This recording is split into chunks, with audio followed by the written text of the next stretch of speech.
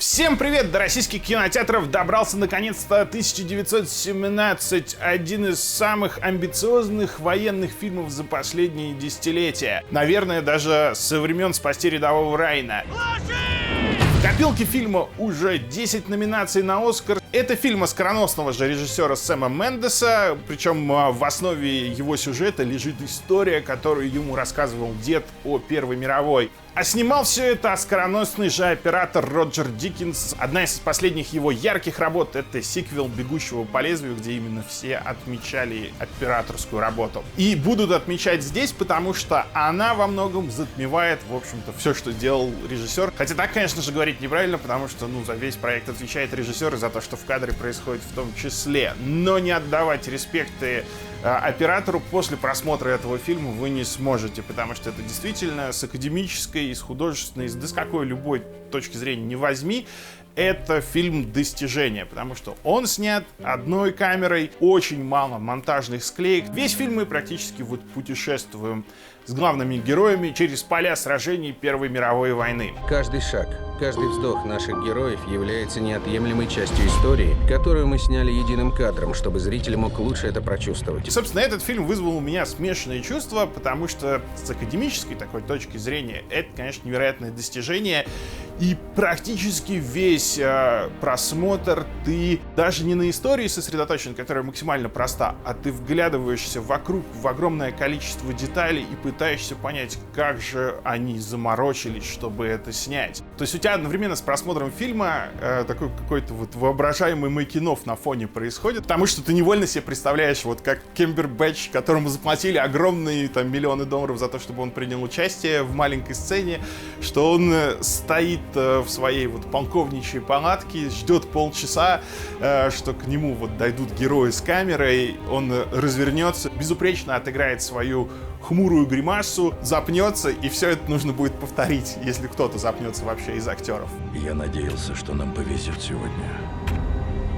Но надежда — вещь опасная. Конечно, это феерическая работа, потому что действительно пнует камера, и постоянно где-то по бокам, на втором плане, происходит какая-то жизнь. Для достижения эффекта погружения и максимальной реалистичности мы изначально решили снимать длинным планом. Тогда зритель сразу начинает верить происходящему на экране. И все это, конечно, безумно напоминает видеоигру на самом деле, какую-нибудь типа Call of Duty, где есть центральный актер, это игрок, он идет, и вокруг него, разворачивается действие.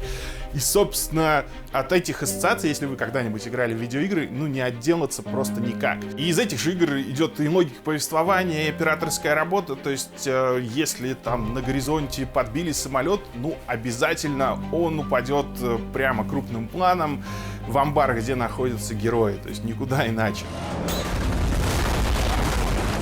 Если там появляется в кадре какой-нибудь важный персонаж, Марка Стронга, например, то сначала, в общем-то, мы видим его ботинки, он что-то говорит, после чего камера уже плавно переходит на его лицо. Он говорит какие-нибудь две напутствующие фразы, и мы побежали дальше. Завтра 2-й батальон неминуемо попадет в засаду. Твоя задача — доставить им приказ об отмене наступления до начала атаки. Если ты не справишься, мы потеряем 1600 солдат. На самом деле я от этих ассоциаций с видеоиграми не мог отделаться во время просмотра, потому что в какой-то момент герой вместо того, чтобы сражаться, в общем-то, с противниками, которые лезут из каждого угла, просто начинает бежать от них. И на самом деле, играя в тот же Call of Duty, многие так делали. Хер ли их отстреливать, давайте пробежим. И еще очень смешно то, что в какой-то момент герой идет, и уже устал, задолбался идти, зритель задолбался с ним идти, и тут, конечно же, появляется транспорт, и его подвозят до следующей интересной локации. Blake, pick a man, bring your kit. И так же, как и Call of Duty, это фильм-эмоция. То есть это одноразовое абсолютно приключение. Я себе не представляю, зачем я буду второй раз его пересматривать. Возможно, чтобы разглядеть еще какие-то детали, которые я не заметил. Одноразовый аттракцион, где ты сидишь, вглядываешься в экран и пытаешься ухватить все детали. Погружаешься в атмосферу, сопереживаешь героям. И единственная претензия, что хочется всего больше, а именно больше хочется кино. Кино все-таки у нас это история, это персонажи, а этого в 1917 очень-очень мало. То есть здесь очень мало ключевых персонажей. Постоянно вот мы находимся в каком-то напряжении, погружены в эту атмосферу, следим за операторской работой. Но нельзя сказать, что из этого получается крутое именно кино. Есть масса сцен, есть масса как-то сопереживаний, но после того, как ты там, не знаю, много лет играешь в видеоигры, все это ты так или иначе тоже уже переживал.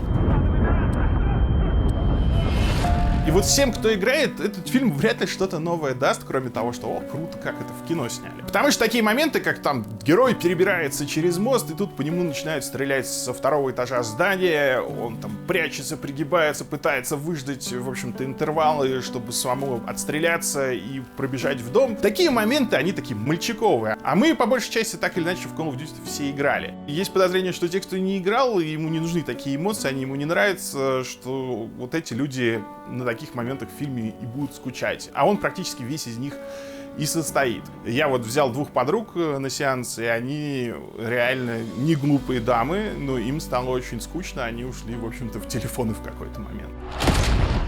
Поэтому, в общем-то, сложно назвать 1917 вот фильмом для всех, сказать, что это прям какое-то вот мега-кино, потому что именно как бы фильма, актерской игры, какого-то сюжета сложного здесь нету. Здесь есть вот шоу-представление, очень атмосферное, которое тебя действительно погружает. Есть за что любить этот фильм, но это вот фильм-эмоция, яркая вспышка. И кому-то эта эмоция, ну, нафиг вообще не нужна.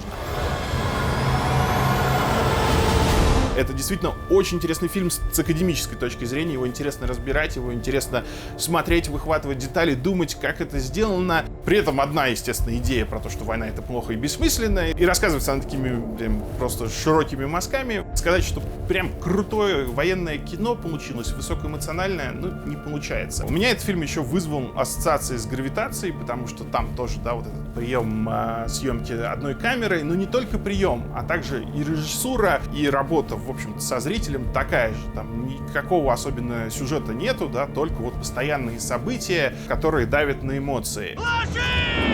Но при этом «Гравитация» все-таки снималась в павильоне, а здесь мы имеем дело с живой картинкой, с огромными бесконечными месяцами репетиции всего это дела. И это, конечно, вызывает уважение. Ты не можешь не вспоминать об этом, когда ты смотришь фильм. Да, и, кстати, то, что фильм, в общем-то, в реале снимался, не значит, что тут мало спецэффектов, их очень много, просто их не видно. Здесь очень много работы именно художников по композингу, то есть по составлению, дополнению каких-то сцен. Иначе бы, наверное, такой фильм было снять невозможно, потому что пришлось бы ждать там тумана, еще чего-нибудь. Для начала мы поняли, что не сможем использовать искусственное освещение.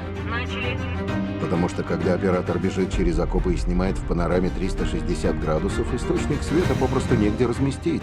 Съемки шли в режиме реального времени, поэтому если сцена начинается в облачную погоду она должна и закончиться. В общем, идти в кино или не идти, там решайте сами, у кого какие вкусы. Это действительно академическое кино. Именно поэтому у него столько номинаций на «Оскар», потому что академики, ну, понимают, как это сложно. Попутно они видят там все отсылки к великому кинематографу, к Тарковскому и все остальное. Простым же людям, не киноманам, идти или не идти, ну вот вопрос. Особенно идти ли мужикам, в общем-то, со своей второй половинкой, это большой вопрос. На этом у меня все. Счастливо, с вас лайки. Если понравился рассказ, пишите свои впечатления о фильме. Мне кажется, действительно, он интересный для обсуждения, разбора. Я думаю, что эмоции у всех будут достаточно разные. Так что высказывайтесь. Ну и до встречи в новых роликах. Не забывайте смотреть то, что уже вышло. Счастливо!